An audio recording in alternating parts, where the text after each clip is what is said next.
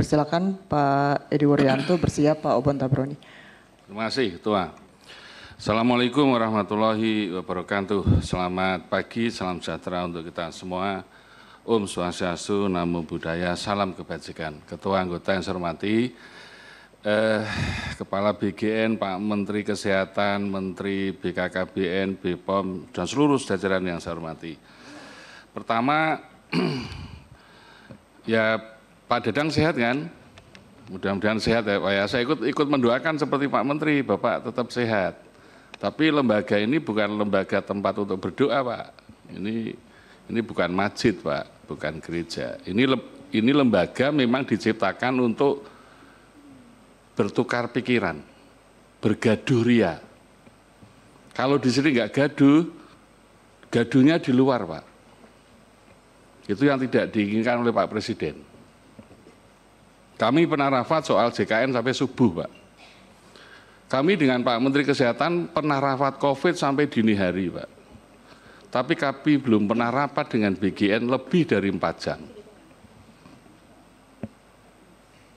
Semakin gaduh semakin rapi Pak.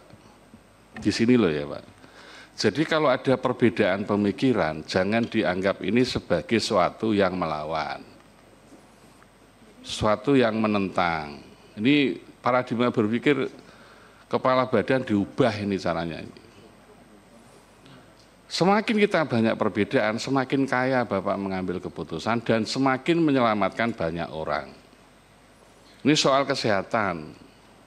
Ini saya nomor 1 dulu, agar kita sama. Begitu Bu Wakil Kepala Badan. Jadi harus paham semua ini, karena ini tugas kami memang menggonggong. Parlemen itu kan bicara Pak. Kalau kami nggak bicara nanti dianggap publik kerja apa. Sama juga kami ditanya oleh media. Ini keracunan segitu banyak, apa yang dilakukan oleh Komisi 9? Jawab kami apa Pak? Akhirnya gaji kami dipotong Pak. Itu loh Pak. Nah, pertanyaan saya yang pertama, kapan Perpresnya turun Pak? Anda bisa bayangkan 82 juta penerima manfaat, makanan siap saji di seluruh wilayah Indonesia. Kalau Anda nggak punya Perpres, bagaimana Anda mau melibatkan Kementerian Lintas Sektoral dan pemerintah daerah? Ini mau sampai kapan ini turunnya ini? Ya pasti gaduh Pak, yang buat gaduh Anda sendiri. Kami sudah mengingatkan beberapa kali, kapan Perpresnya turun? Tolonglah ini. Yang pertama. Yang kedua, Bapak melanggar banyak Pak. PP 86 2019 sudah kita ingatkan. Tadi Badan POM mengingatkan kembali. Lalu Permenkes 14 2021. Lalu PMK nomor 2 tahun 2023. Yang semuanya ini menuntut sebelum SPPG itu diberikan izin harus memenuhi standar kesehatan dan keselamatan pangan. Ini mohon Pak diperhatikan betul Pak. Jadi standar kesehatan dan keselamatan pangan itu syarat mutlak tidak bisa ditawar. Karena semakin standar ini enggak dipenuhi, berkorelasi positif dengan keracunan.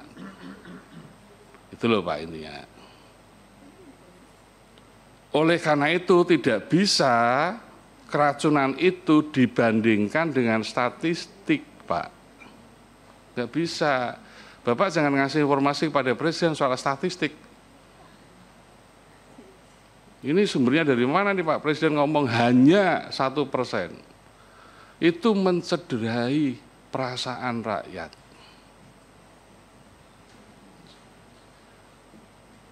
Ini tidak boleh Pak. Keselamatan rakyat itu zero Pak. Seperti Kepala BPOM tadi. Sama juga dengan FAO. Jadi kalau bukan pangan jika tidak aman, bukan pangan kalau tidak aman. Dan saya meyakini fenomena keracunan ini seperti fenomena gunung es. Banyak yang nggak dilaporkan. Dilaporkan kalau sudah sampai rumah sakit atau puskesmas. Jadi Pak, soal ini Pak harus dibangun komunikasi yang empati, yang baik dengan masyarakat. BGN belajar dari situ.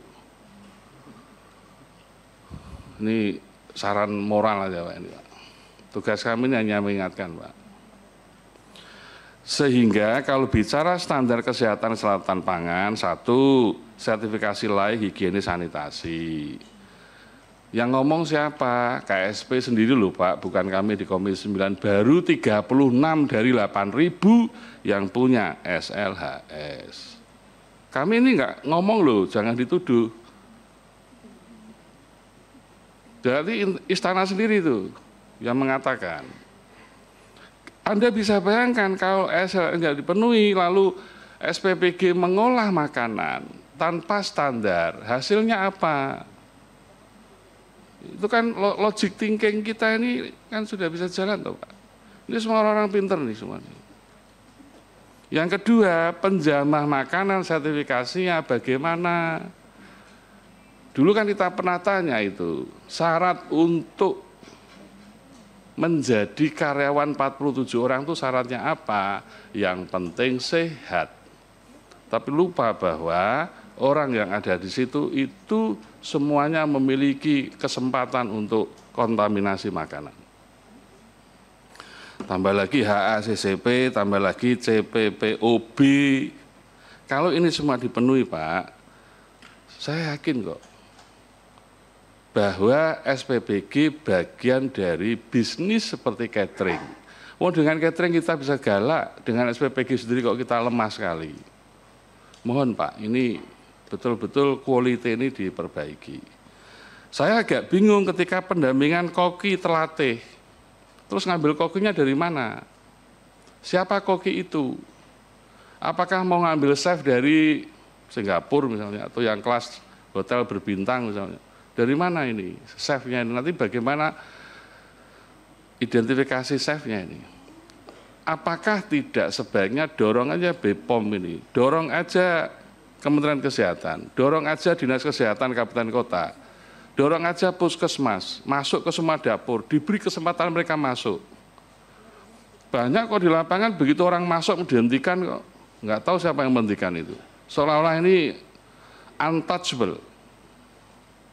Ini perilaku siapa ini? Ini nggak bisa ditangani satu sektoral Pak. Ini mau diubah pikiran teman-teman BGN ini. Kemarin ada laporan wartawan mau masuk nggak boleh juga sampai dimarahi sampai mau berkelahi. Jangan begitulah Pak. Lalu bagaimana lagi melibatkan masyarakat? Komite sekolah, dinas pendidikan, guru yang nggak pernah dilibatkan. Teman-teman dinas kesehatan kalau mau masuk ke dapur mendampingi duitnya dari mana? Anggarannya dari mana? Kalau bupati mau menganggarkan regulasinya apa? Ini nggak mudah loh Pak.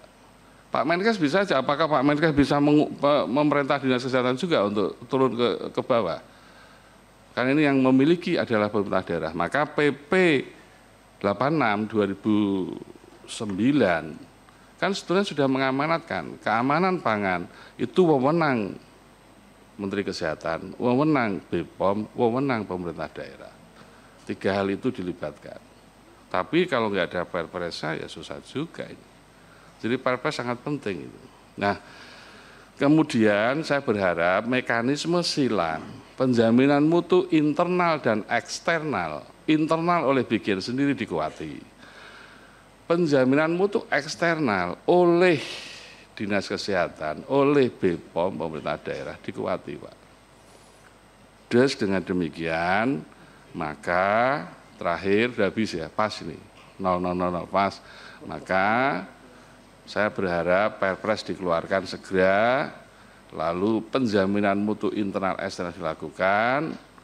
Jangan berharap bahwa pola seperti ini dipertahankan. Kalau pola ini dipertahankan, berani taruhan sama saya, semakin banyak jumlah dapur yang berdiri, semakin banyak jumlah keracunan. Dan itu bahaya. Dan itu wajah Pak Presiden, karena ini program Champion Presiden. Kami semuanya mendukung, sayang sama MBG ini. Dan bagi kami, ini program kerakyatan yang betul-betul harapan Pak Menteri Kesehatan bisa menjadi salah satu alternatif untuk mengatasi malnutrisi dan stunting. Jadi Pak Menteri PMT-nya sudah sering kan, udahlah Menkes nggak usah ngasih PMT, BKKBN nggak usah ngasih PMT, masukkan melalui dapur, kalau dapurnya bagus. Tapi kalau dapurnya nggak bagus ya mikir-mikir itu Menkes sama BKKBN. Wassalamualaikum warahmatullahi wabarakatuh. Waalaikumsalam, terima kasih Pak Edi. Jelajahi cara baru mendapatkan informasi. Download Metro TV Extend sekarang.